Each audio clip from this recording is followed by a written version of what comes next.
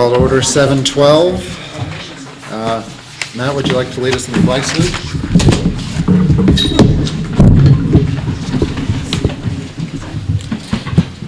I pledge allegiance to the flag of the United States of America and to the republic for which it stands, one nation, under God, indivisible, with liberty and justice for all. Sandy, roll call. Trustee Rashames? Here. Trustee Levy? Here. Trustee Gould? Here. Trustee Weideman? Here. Trustee Faust? Here. Thank you. Okay. Board met previously in closed session. No action was taken. Can we have approval of the minutes from October 23rd board work study and October 30th regular meetings? So moved. Second? Second. All in favor? Passes 5-0. Thank you. Okay. Approval of the agenda and consent agenda. At this time, I'd like to ask if we could pull item 11A and have it moved up to district business.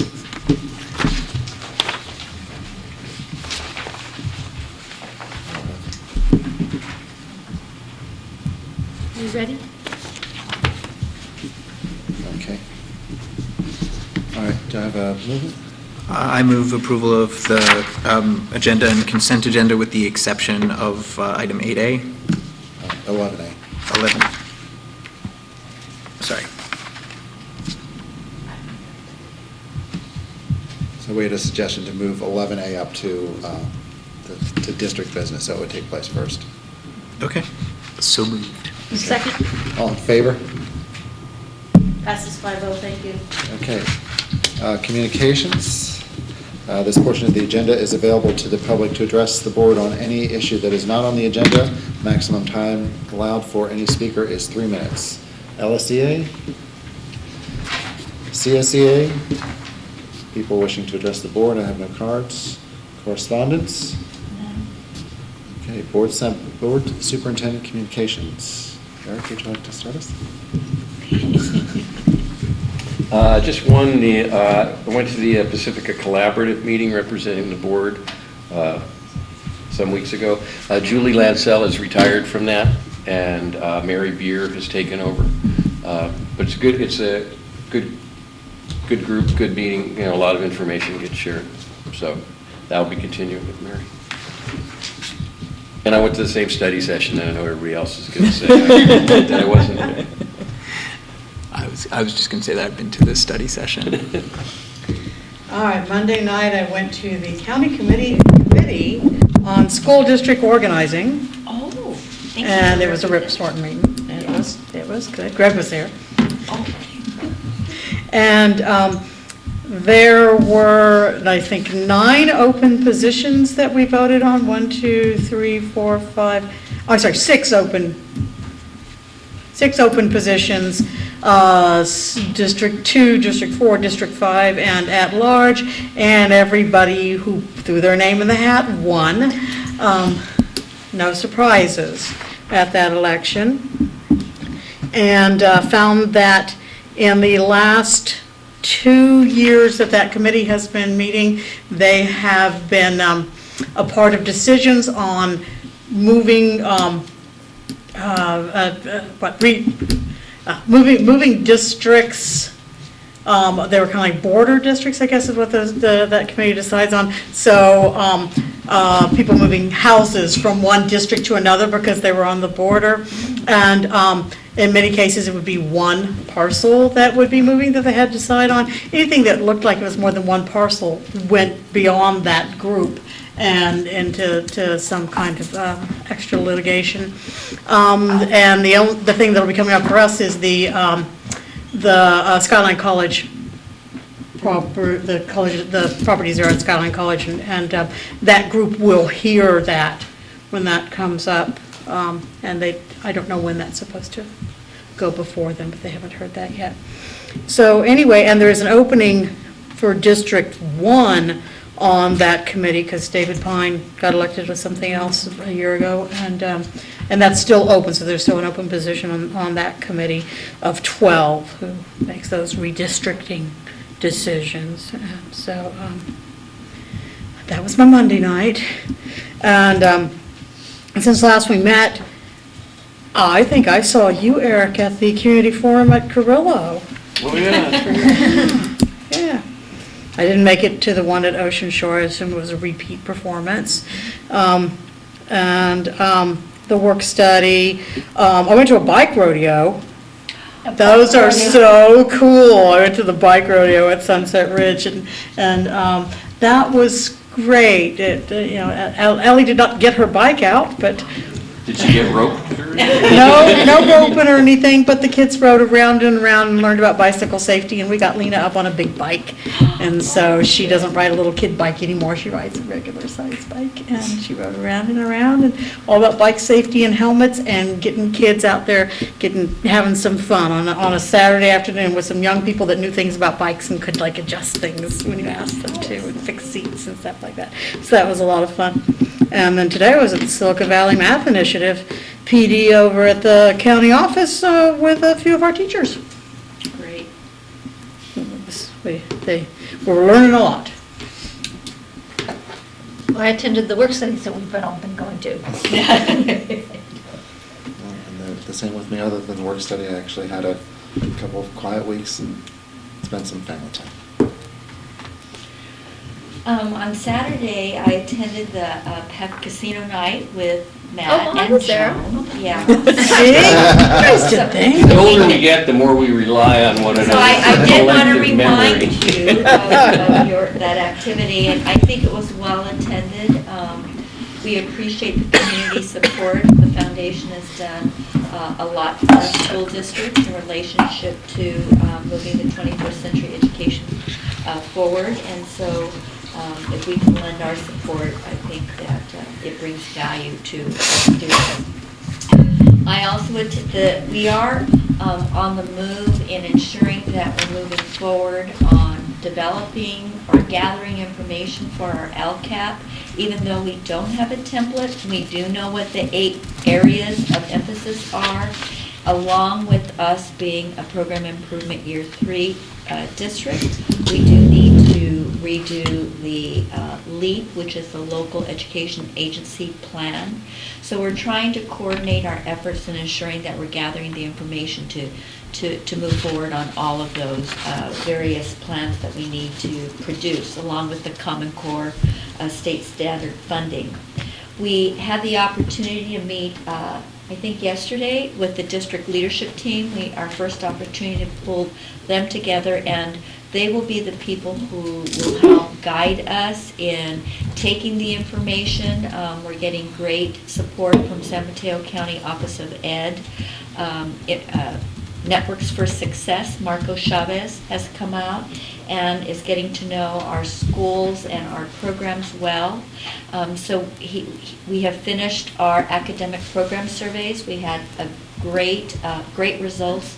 Large percentage of our teachers participated, so we'll have a good sense about how they feel about our programs and where are the areas of strength and where are the areas of growth that we need to go.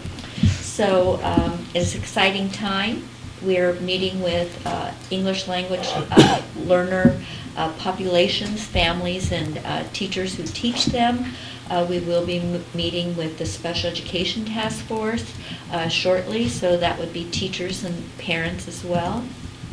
So we get a good sense of our overall programs, and then we will be meeting with the Curriculum and Instruction Task Force. So we're all gathering data right now, getting ready and prepared to move forward on the LCAP once we see what that template looks like, the local control and accountability plan. And the last thing a couple of things I wanted to share was Josie and I were able to meet with the San Mateo County Energy Watch and San Mateo County Office of Ed, John Waite, who are helping us navigate through this Prop 39 energy efficiency dollars or program. And so it was a good meeting, and I think that we have a great direction. We really want to work on getting our audits done so we really know what we are working with and what our needs are as far as energy efficiency. So they've given us some great resources and people to go to for, nonprofit agencies who will do these things for us for free, and then leverage our dollars so that we have a strong plan to bring forward to the board. And then the superintendents will be meeting with Jerry Hill tomorrow to talk about, and he's very interested in getting input from us in relationship to local control funding formula, the development of the LCAT and Common Core state standards plan and funding. So it'll be interesting because San Mateo County has diverse districts with diverse needs, and so is a diverse district with diverse needs. So we all get to weigh in, and he gets to hear from a pretty global perspective about how things are going and what our needs are. So. At that meeting, we need to bring up the whole ERAF triple flip fiasco. Is that still looming over our heads or does that go away with the LCFF? It's not 100% gone, there's still, but that was what the Proposition 30 Education Protection Account, that helped us with Yeah, but this. that's expiring. Starting in 2016. Just to keep it on his radar since we've had those conversations with him.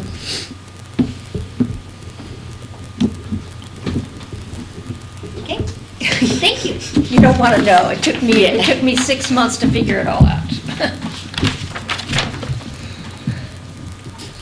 Okay, 10, district business, and we're going to skip to 11A first. Board policy 4219.31, classified employee discipline non-represented. So the district does not currently have a board policy that addresses classified employee discipline. Now, in Article 20 of the collective bargaining agreement, we do it outlines causes and procedures for disciplinary action, but that's for an employee who is a member of CSEA. So tonight's policy that you're looking at is regarding non-represented employees. So this will be the first reading for board approval. And we do have legal counsel here. Amy Levine from DWK is in attendance of tonight's board meeting. Thank you, Amy, for being here to respond to the board regarding this proposed policy 4219.31. Questions or comments? Just on page, number one, thank you for doing this. I mean, I think it's all of our employees, regardless, deserve to have a clear policy of how we deal with discipline. So I think that's a good thing. When you list the causes on the draft policy, some of them have ed code references, others don't. And there were a couple, I mean, not that I'm advocating them, but I don't know what they mean. O, illegal political activity. W, immoral conduct. They don't have any references, and I don't know how that gets defined then. Right. There are only a couple that have education code references because there are only a couple of things that the education code specifically mentions as Right. grounds for termination, but or discipline of classified employees. Generally, it's left up to board policy or to the collective bargaining process. So that's why most of them don't have anything. A lot of this is based on CSBA's proposed policies, and then some of it was gathered from elsewhere. Right. So immoral conduct is not defined anywhere in the education code. It is a term that's used in the certificated context under the education code, and there's a bunch of case law that has construed what that term means for certificated employees. So if the board were called upon to apply that particular cause, we'd probably draw from that source for guidance as to what the parameters of that meant. And illegal political activity is sort of broad also, and is something that is a product of case law development. I mean, whether you can, for instance, wear political buttons during the class or during class time as opposed to when you're on your lunch break or that sort of thing. And so instead of going through and listing specifically what is and what isn't illegal political activity, the thought was to leave it open so that if something came up, you could then determine based on current case law analysis whether this is in fact illegal or not illegal. If you prefer, we could certainly try to make that a little bit more specific in here, but it may be that it's good to leave it a little bit flexible because it's those kinds of things evolve based on case law. Right, but I guess I look at all of the, with those, the exceptions I mentioned, they either have an ed code or an explanation. And those two have neither. And if it's a policy that defines behavior that's prohibitive, then it seems to me it has to in some way define what that behavior is, or at least refer to, you know, how would someone reading this get what illegal political activity was? Okay, you can't do it, but you don't know what it is. Whereas, you know, above it says theft, stealing, misusing, destroying, or mishandling district property. That's specific. Right. And this one, those just two stood out to me as being kind of unclear. Yeah. Not that I'm in favor of that behavior. Right. Dishonesty is also not defined, but I guess we probably know what that means. Right. So I'm wondering if we can put like examples such as, and then that Or might- refer to case law, or, I don't know. It may just be me and everybody else is fine with it, in which case, so be it. Well, with regard to political activity, the only thing that I know is that, you know, you're not allowed to use district resources in support of any candidate or political measure, right? So, I mean, so that's, and that's legally defined. I'm pretty sure there's a law that specifically states that that's not permitted. So that's clearly illegal political activity. Other than that, I mean, you know, there's a few little things, but by and large, the First Amendment tends to rule on that. So it does seem like I'm a little bit less concerned about the other one, but for political activity, maybe it feels like if we could define a few things, since it seems like most political activity is not illegal, obviously. And so, Right, and that's why and it wouldn't be we don't define what's illegal, so I feel like that must be kind of defined already. Right, that's why it doesn't say just political activity, because most of that is constitutionally protected.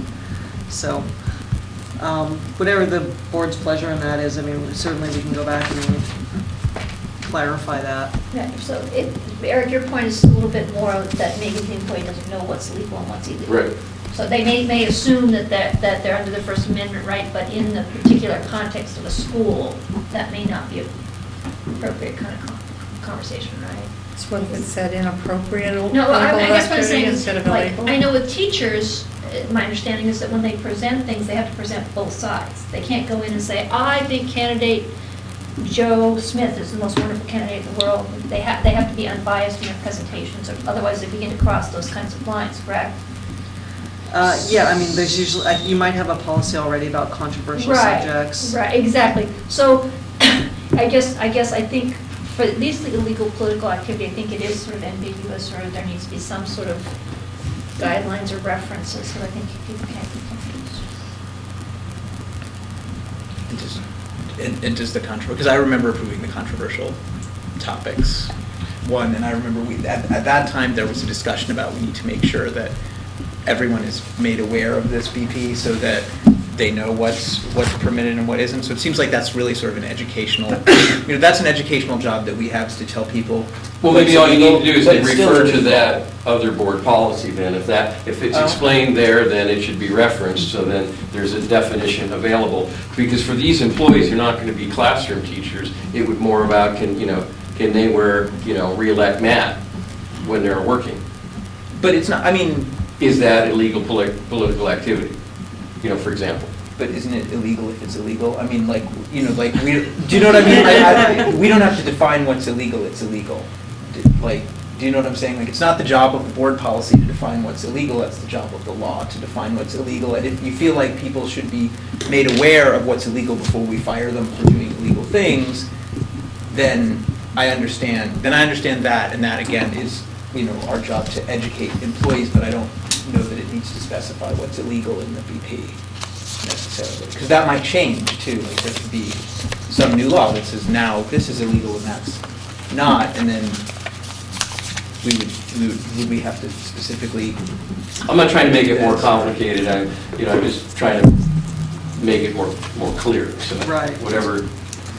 I think it might make sense to look at what other policy we have on the topic and, like you say, maybe refer to it. I would like to make it clear enough so that somebody who's accused of this would not have the defense that this was so ambiguous that they didn't know what they were doing, stepped outside the bounds. Right. But Right. it does also, these are not the exclusive bases on which you could take action, because it also does say the cause may include the following: in addition to any disqualifying or actionable causes otherwise provided for by statute or by policy or regulation of the district.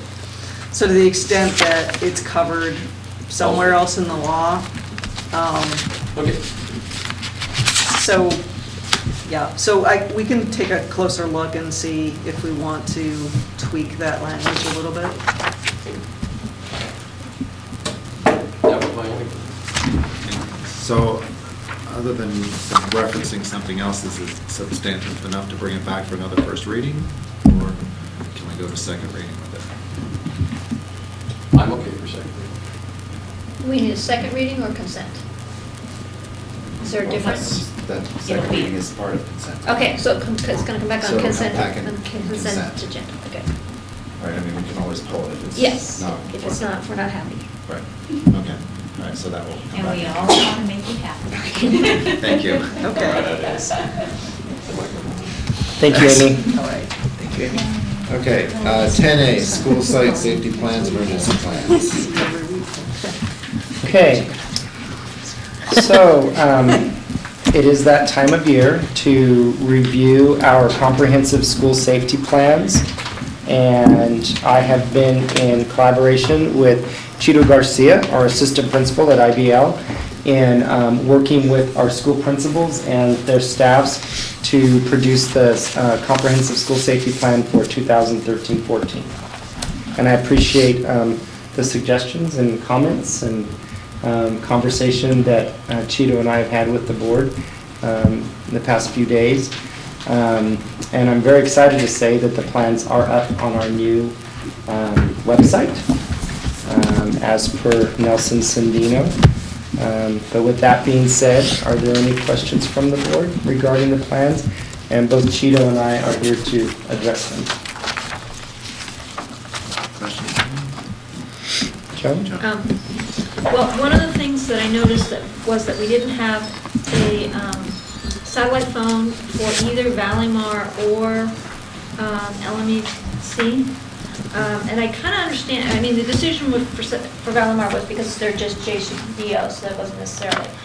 But I think we should have a conversation about LMEC, because at the time that that decision was made, I think the idea was that Cabrillo was close enough. But I'd just like to revisit that in case there was, yeah, I can see some, yeah.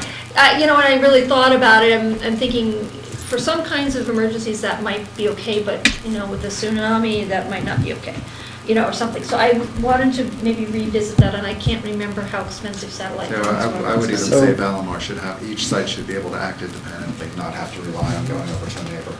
So Joan, since the plans have been submitted, we have had conversation about that. Right. And we are moving forward in purchasing both Valimar and LMEC their own phones. Okay, all right. Don't you love how they solved it before you even really asked? But thank you for bringing that up, though. I appreciate that. And I think the rest of my comments were just little tweaky suggestions. That was the only. Okay. Anything else? And then Ray, you had said in our conversation that you were looking into, because I questioned the dissemination of information. We had the radio stations and newspaper, but the electronic media. Yep. I think Chito has an update for you on that. Yeah, we went ahead and put Pacific Patch in there under online newspapers, as well as the Pacifica Riptide. So they're both on there now. And Great. so that's just another outlet for us to get information out. Joan? Is Riptide a news media outlet, or is that a blog? Oh, it's a blog, yeah, that's right. Okay, so I think, do we want to just be posting on all kinds of blogs? mean, Well, I think the goal is to put out information in emergencies, so Yes. wherever people would see it is fine with Okay, me. I just want to ask, because traditionally it's been news media, but that was because that was the only place for Right. mass media. Right. But And then, oh, sorry. I just wanted to raise that question, because then it's, do we post it, if we post it to Riptide, or we have, who else should we be posting it to? I don't know. And at what point does that become onerous, that we're spending so much time posting that we've got somebody tied up doing it, not feeling my own comment. With each emergency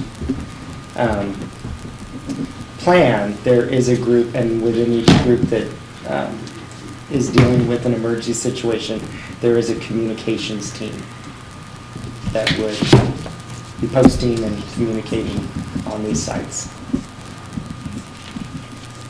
And then a follow-up, the other issue we had was, many of us have been going to the county workshops on school safety, and their work, I guess, isn't done yet? Right. Correct. So how do you anticipate you later in the year to come back and revise this, if there's anything new to incorporate, or how would we do that? Correct. We would get that confirmed information from San Mateo County office, and we hope to get it in the very near future. As soon as we do, we would share it with our principals, probably through Leadership Council, and then they would disseminate it out, revise their plans. Cheeto and I would regroup and just update the plans and make sure that they reflect what our county is supporting as common language. Thank you. Mhm. Thanks for doing this, it's a Oh, yeah. huge undertaking. And the only other request is that as we're going through this, if there are things that you need, to let us know, or, we want to make, I would like to propose that the board hear of any needs that we need to do in terms of expenditures. Thank you. Appreciate that.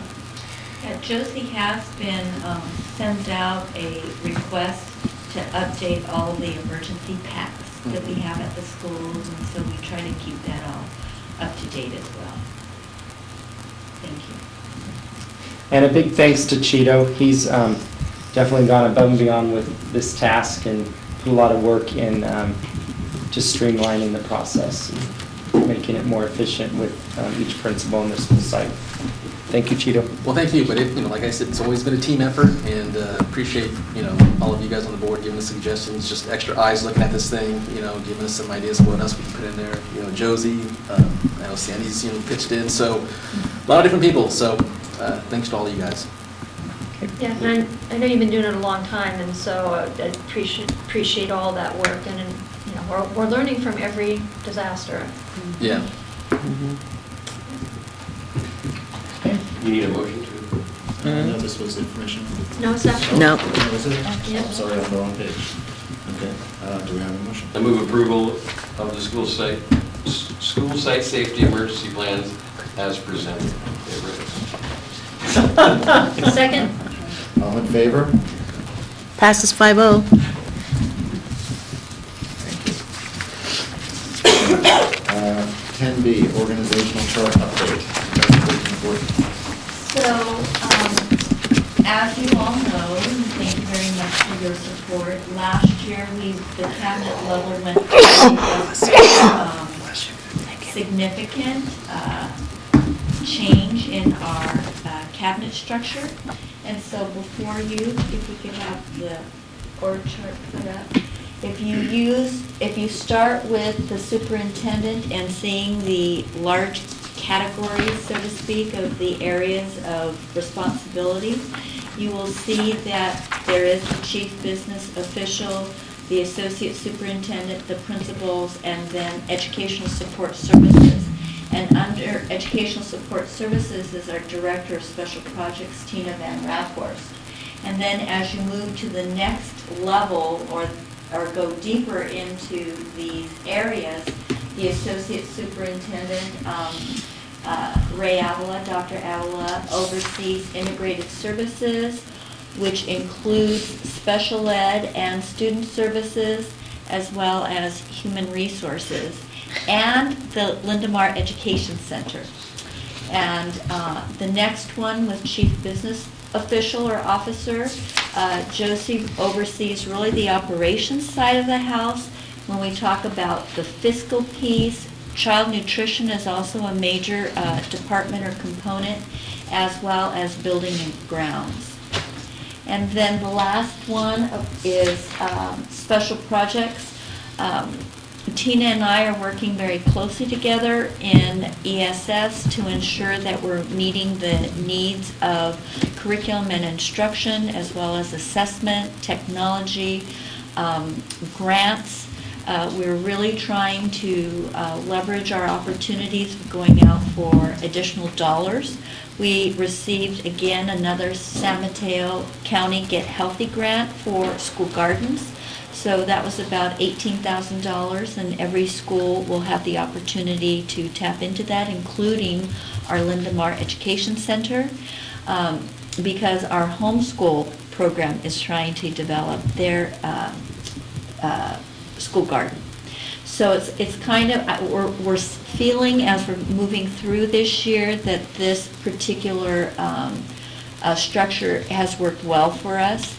But again, as you know, there are areas that we would like to strengthen. And for example, the Lindemar Education Center we brought forward to you a proposal at the work study to potentially move to a director at Lindemar Education Center so that Ray can concentrate more on the special education piece, and the actual work of the center itself would be to the director's discretion.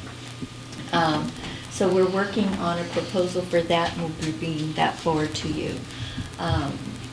I think that was about the only real addition or changes that we would be thinking about for this year. Yeah. I'm sorry, I didn't notice it, but PSV isn't on your list. We have PEF, we have Pacifica Collaborative, Pacifica Library Parent Council, under community, it's under Tina, under Community Parent Partnerships.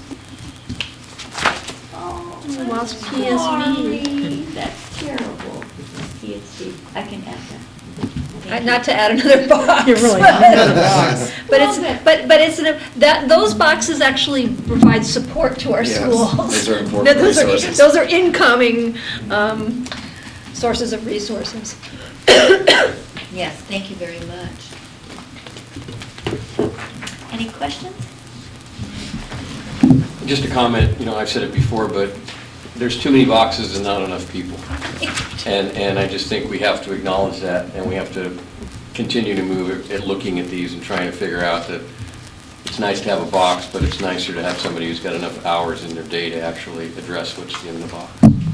Thank you. Okay, 10C, nominations for CSBA Delegate Assembly. So this is an annual request, and so this really is just information for you to review and see if the board would like to, or trustees would like to submit a nominee for CSBA Delegate Assembly. There are some steps that we need to go through, and so if you want to think about it and determine whether you want to move a nominee forward, we have December 11th to do that, because it needs to be submitted, I think, by January 7th, prior to our next board meeting.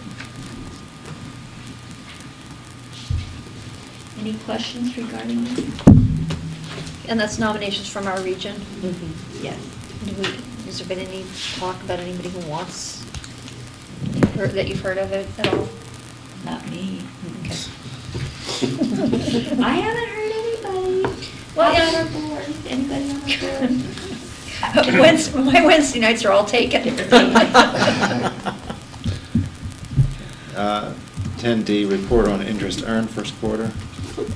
This is information for the board every quarter. We report on the interest earned by fund, and the percentages are still, 0.6% of earnings. The difference here in this report is that they did finally liquidate the Lehman Brothers. If you remember, several years ago, there was the big Lehman Brothers loss. And so in the second to last column, you can see that we got $180,000 total in all funds from the liquidation of Lehman Brothers. And that brings our total recovery to just under 40% on the dollar of what was lost to Lehman Brothers. So.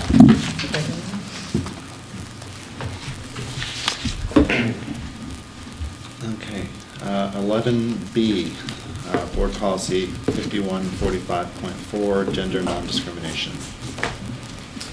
So this was a proposed policy brought to the board back on October 30th for its first reading, and at that time, the board asked us to have some of the language reviewed, which we did by staff, including our school counselors and some psychologists, and along with county counsel.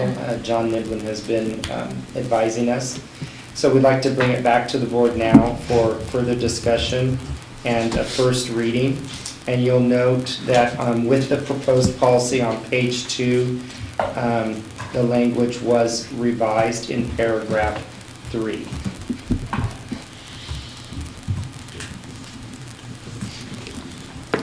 I just want to say thank you to you and the whole counseling staff for that. I really like the way that got rewritten, and I hope everybody agrees that feels very comprehensive and hopefully supportive. Yeah. Thank you.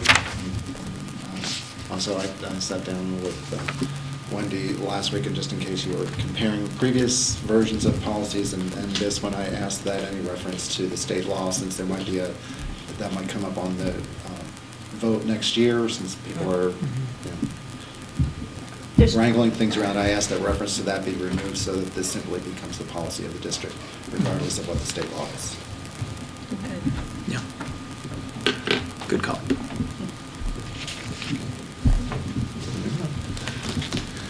Okay, 11C, Board Policy and Administrative Regulation, Charter Schools. Number 1, Board Policy 0420.4, Charter School Authorization. Comments?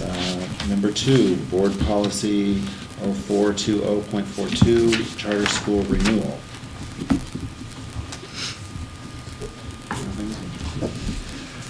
Board Policy 0420.43, Charter School Revocation. Board Policy 7160, Charter School Facilities. Board AR 7160, Charter School Facilities. My glasses. Go and loan them your glasses. I've got them, I'm just not getting them out. Well, Ray doesn't need them. Of course, everybody else in the room is wearing them. Okay. All right. Off-cycle series manual maintenance. Anything you wanted to say on that? Oh, so these off-cycle, I think, refer to the changes that are made due to the new funding formula, LCFF and LCAP. I think it can be somewhat confusing on some of them because it's really projecting future steps that will be taken. So our first LCAP will not be approved by the board does not need to be approved by the board until July 1 of 2014. That's when it needs to go into effect. So we will probably bring an LCAP proposal to you in maybe February, March, April, around there, as we're doing our LEAP, the Local Education Agency Plan. So we're kind of coordinating all of our efforts for that, which will then help you determine whether we're placing our dollars in the right place as far as budget is concerned. So this is our transition year, so it was a little confusing, I think, in relationship to how we read some of these policies. But so we can go one by one, and then we'll go with questions. Number 1, the AR 0420.4 Charter School Authorization.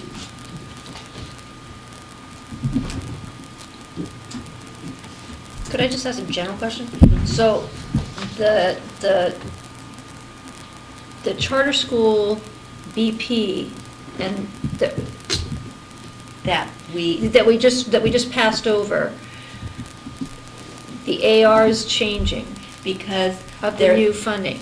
Does that mean it's ineffective? When we vote on it, then it becomes effective, or do we need to put this, like, vote on it to be effective, like, January 1st or No, February 'cause 15th? if you look at the AR, Okay. it really talks about what the charter school's obligation is and what Okay. kind of, how the formula works for them as a charter school. So Okay.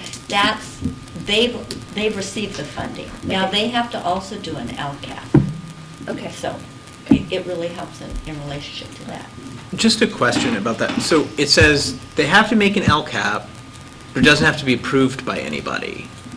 So what force does that LCAP have exactly? I'm also believing, though, that they need to go through, there's an approval process for LCAP with the County Office of Ed. But it specifically says that the charter school LCAP does not have to be approved by COE. Oh, and. In the AR, it said that. I don't know, like, I was a little stunned by that. But they still, the board still oversees the charter schools. I mean, we have to monitor, the school district is in charge of monitoring whether they are moving forward in the way that they need to and the way that the plan is. So we may then just go straight to the state. Because you do have to go through the county to determine whether you want to renew or not, or revoke the charter. So would we be responsible for monitoring their compliance with their LCAP? well, I think we would be responsible to ensure that their program is running well. So if that means that becomes the LCAP, which are the goals and of the state, yeah. And then whether they're being fiscally, if they're moving forward in their fiscal responsibilities as they say their budget is. Yeah, it becomes really, it becomes difficult. But, we need to have certain safety nets in place so that we have that communication ongoing, that the students' needs are being met. Would it be possible to maybe put this particular policy on a schedule to come back to us maybe in a year after we understand a little bit more about what LCAP is? Because should this happen, I feel like I'm still unclear on, and I know the reason I'm unclear on this is because the law is unclear, but but I feel like what I'm unclear on is who the charter school is supposed to, does the charter school just basically jump over the district and just hand the county a copy of their LCAP and say, this is our LCAP, because it specifically says the county doesn't approve it, so presumably they hand it in, and then who's responsible for monitoring them? Is it then the county, because that's what they would do for us, right? The county would monitor our LCAP, and we would have to submit reports to them, and they would submit us for remedial help if we needed it. And so would the county be doing that, or are we responsible for it? Do we even have to, do we maybe even have to approve the charter school's LCAP, before it goes to the county? Or would we not have that, would we not have that authority?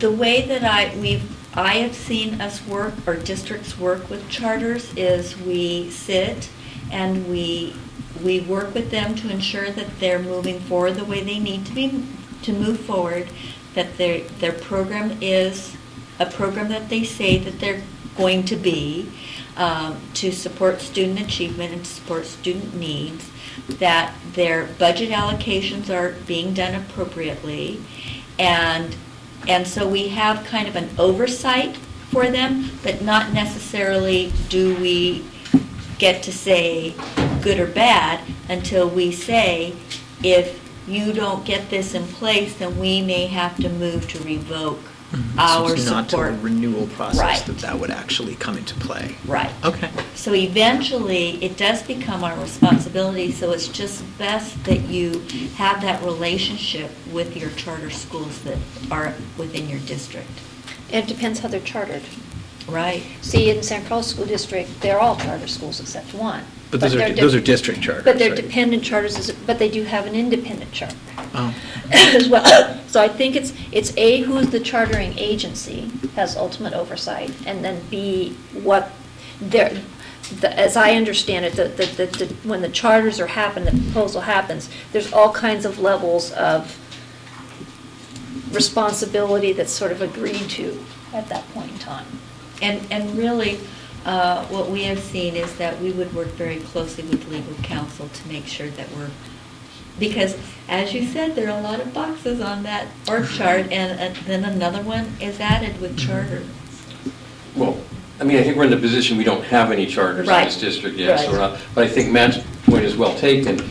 Should that happen, we're going to sort of need to come back and look at how LCFF fits into that, because that's going to be a new unknown for us to deal with, so we ought to make sure that. LCFF is a new unknown For for everyone. everyone. Right, and it's So- probably not the only thing that we're going to have to say, gee, we better come back and look at that again, because that has impacted it in a way. That's why I think having CSBA and use of Gamut has been, it's really an extremely strong opportunity for them, because they watch that for us all the Right. time to ensure that we're compliant.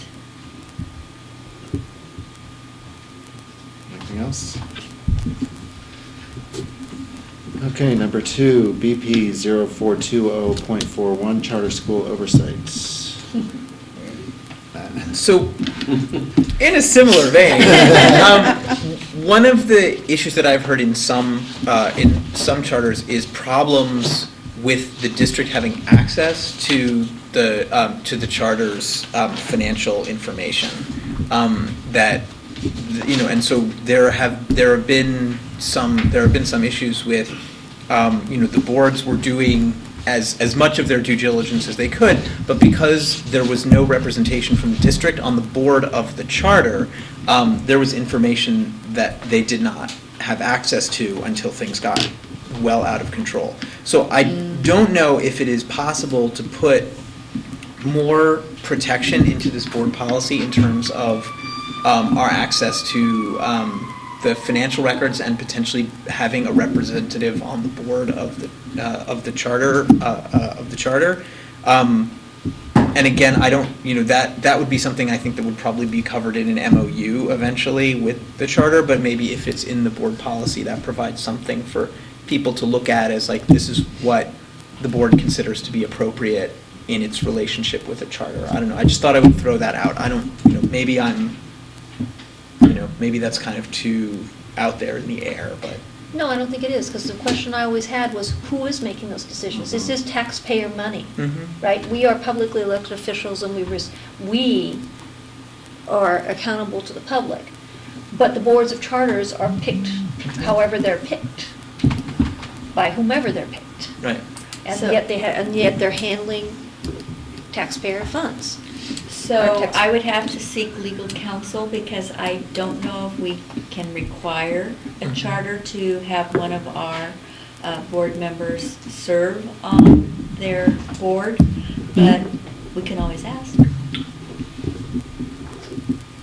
I think it would be interesting that, you know, maybe something we could see in San Diego, discuss, you know, charters, because to me, it's like, careful what you wish for. I'm not sure that, I think there's a sort of a yang to being, you know, if you're on the board, then now what part of responsibility do we now own? Do we become liable for an organization that we don't control? Well, we could, I mean, So- it could be a parent, for instance, or a community member. Well, there's a lot of ways it could go. Have to. I don't, It doesn't I'm have just to saying be that there might, laws, it's probably a topic that's being discussed elsewhere in districts that have charters that have issues. So we probably don't have to have Wendy Oh, I going see. after an attorney. I suspect that others are dealing with this. We could just learn from them and save some time and not reinvent the wheel. So maybe one of the workshops or a couple workshops, we Yeah, look for I think some we can charter come back stuff. to this, because, Okay, so do we want to bring this back then in January?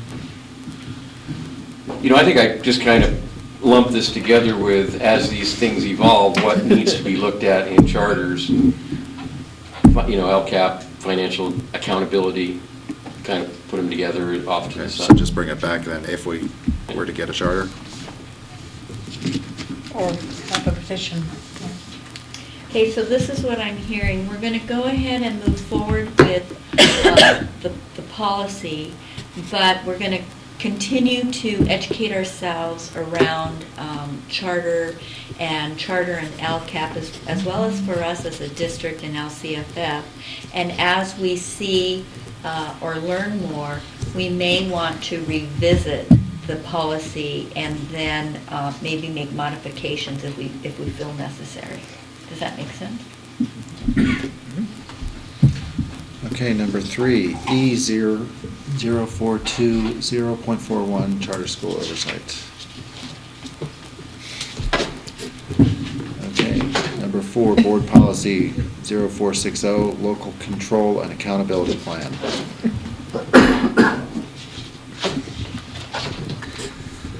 Okay, AR 0460, local control and accountability plan.